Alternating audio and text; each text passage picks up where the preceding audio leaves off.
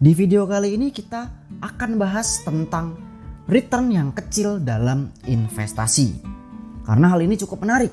Ada cukup banyak celetukan atau mungkin tanggapan seperti ngapain investasi, returnnya kecil, atau untuk apa beli saham, mending untuk usaha saja, lebih besar dan jelas profitnya. Dan juga mungkin tanggapan-tanggapan lain atau pemikiran lain tentang return investasi itu kecil sehingga menganggap tidak perlu berinvestasi. Oke, mari kita bahas ya tentang return investasi yang kecil dan kita fokus pada instrumen saham. Nah, bagi yang belum nonton video tentang hal dasar dalam investasi, kalian bisa tonton dahulu ya videonya di sini. Atau nanti bisa ditonton setelah pembahasan video ini agar nyambung dengan pembahasan pada video ini. Tapi seperti biasa, sebelum ke pembahasan, harap dibaca dahulu disclaimer berikut ini. Kenapa investasi returnnya kecil? Ya, hal ini sudah sedikit disinggung pada video sebelumnya. Karena investasi itu kita menempatkan modal kita. Sehingga kita tidak perlu bekerja, tidak perlu mengeluarkan energi, tenaga dan juga waktu berharga kita untuk bekerja menghasilkan uang. Mudahnya begini, uang atau modal kita ditumbuhkan, ditambah nilainya dengan investasi. Sehingga janganlah heran jika return yang didapat cenderung kecil. Pada investasi saham, jika kita adalah tipe yang dividend investing, memilih saham yang rutin bagi dividen dengan yield kisaran 5% per tahun, maka keuntungan kita ya hanya 5% saja per tahun. Tapi saya tegaskan ya, di sini kita belum memperhitungkan capital gain, hanya dari dividen saja. Jika kita dividen investing dan sahamnya terus bertumbuh, maka kita mendapatkan dividen dan juga capital gain. Tapi katakanlah untuk saham yang memiliki CAGR 10% per tahun, berarti setiap tahunnya uang kita hanya bertumbuh 10%. Kecil ya. Nah, bagi yang belum mengetahui apa itu CAGR, kalian bisa lihat video ini agar paham apa itu CAGR. Nah, tentunya angka-angka 2%, 5%, 10% per tahun akan terlihat kecil memang jika dibandingkan dengan bekerja atau membuat usaha. Coba bayangkan, jika kita investasi pada sebuah saham sebesar 10 juta rupiah dengan return 10% per tahun, maka uang 10 juta kita setelah 1 tahun hanya menjadi 11 juta. Cuma nambah sejuta saja. Kecil banget sih jika dibandingkan dengan bekerja. Misal kita bekerja dengan gaji 5 juta per bulan saja, maka setahun kita bisa menghasilkan 60 juta hasil dari bekerja. Ditambah lagi jika kita cari pendapatan lain, usaha, jualan, tentunya dapat menghasilkan yang lebih besar dalam kurun waktu yang tentunya relatif singkat. Atau opsi lain, kita melakukan trading dengan modal yang sama, yaitu 10 juta. Kita kejar keuntungan per harinya 5%. Maka dalam seminggu saja uang 10 juta kita sudah menjadi 12,5 juta. Dalam sebulan sudah berlipat ganda. Keuntungan yang cepat dan singkat ya. Namun jangan dilupakan, itu kondisinya kalau setiap hari selalu profit. Kalau kondisinya rugi bagaimana? Atau sahamnya nyangkut bagaimana? Tentu hasilnya tidak akan baik, bahkan bisa-bisa rugi. Sehingga trading memang bisa memberikan profit lebih, namun potensi kerugiannya juga besar. Dan jangan lupa, opsi-opsi di atas tadi bersifat aktif. Kita harus aktif bekerja, menghabiskan tenaga, waktu, energi untuk menghasilkan uang. Bila bekerja, maka tentu menghabiskan tenaga, waktu agar bisa menghasilkan uang. Jika dalam trading, maka harus aktif memantau market. Sudahlah mengeluarkan modal, mengeluarkan tenaga, energi, waktu agar bisa mendapatkan uang. Opsi-opsi tadi tidaklah salah. Betul bahwa bisa menghasilkan uang dalam waktu relatif singkat dan jumlah besar.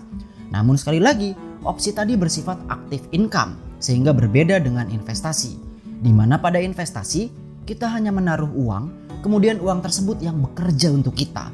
Uang tersebut menghasilkan uang lagi secara pasif. Kita bisa melakukan kegiatan lain.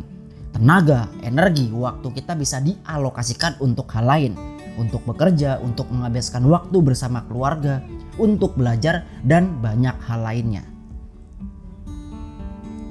Nah, kita kembali lagi ke topik utama ya, bahwa investasi saham hanya bisa menghasilkan return yang kecil. Ya betul, saya juga sepakat akan hal itu. Oleh karena itu, dalam investasi ada yang namanya compounding effect. Nah, bagi yang ingin paham lebih detail apa itu compounding effect, bisa dilihat pada video ini. Kita pakai contoh, dengan nominal yang sama ya, investasi dengan modal 10 juta dan dengan return 10% per tahun. Di tahun pertama, memang returnnya kecil, hanya 11 juta jadinya. Di tahun kedua, return 10% dari investasi tidak lagi dari angka 10 juta di awal, namun dari 11 juta. Sehingga return yang kita dapat di tahun pertama, yaitu 1 juta telah menghasilkan return lagi.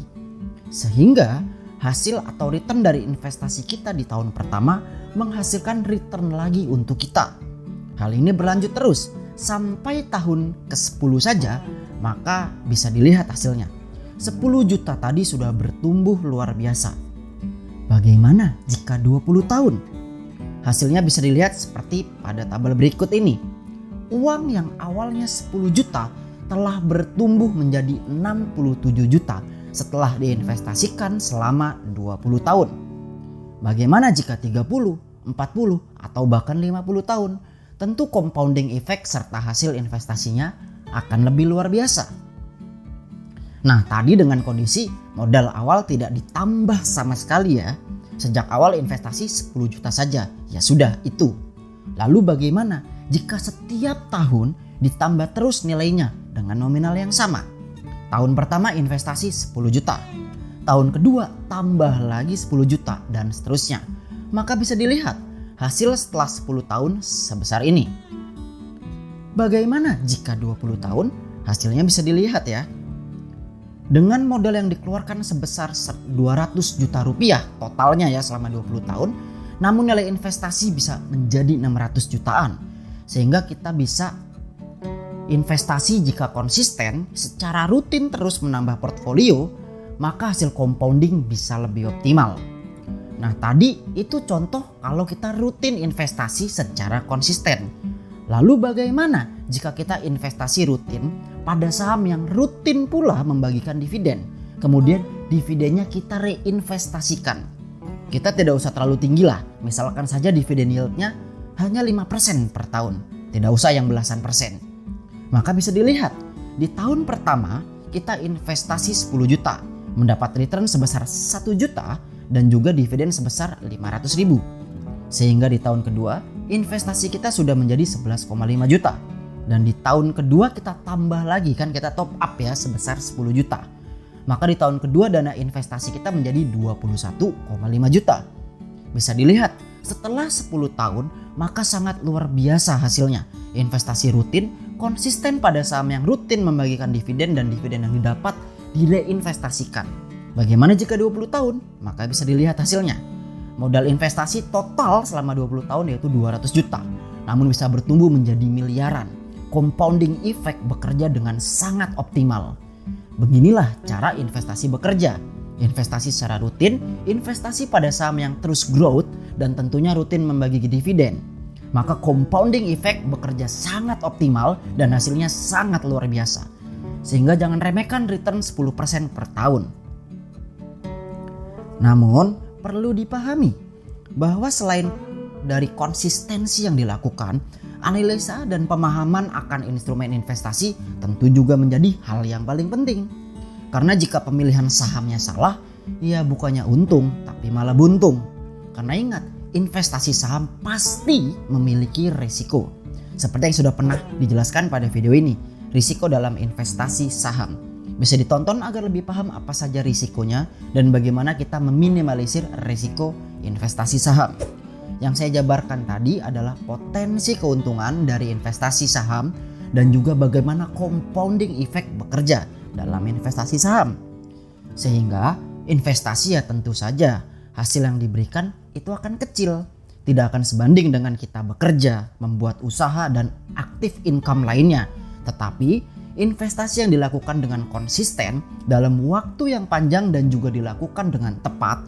Dan yang paling penting, kita pahami instrumen investasinya, kita tahu kapan waktunya masuk, kapan waktu keluar, bisa menganalisa saham. Jika hal itu dilakukan, maka investasi bisa memberikan hasil yang luar biasa.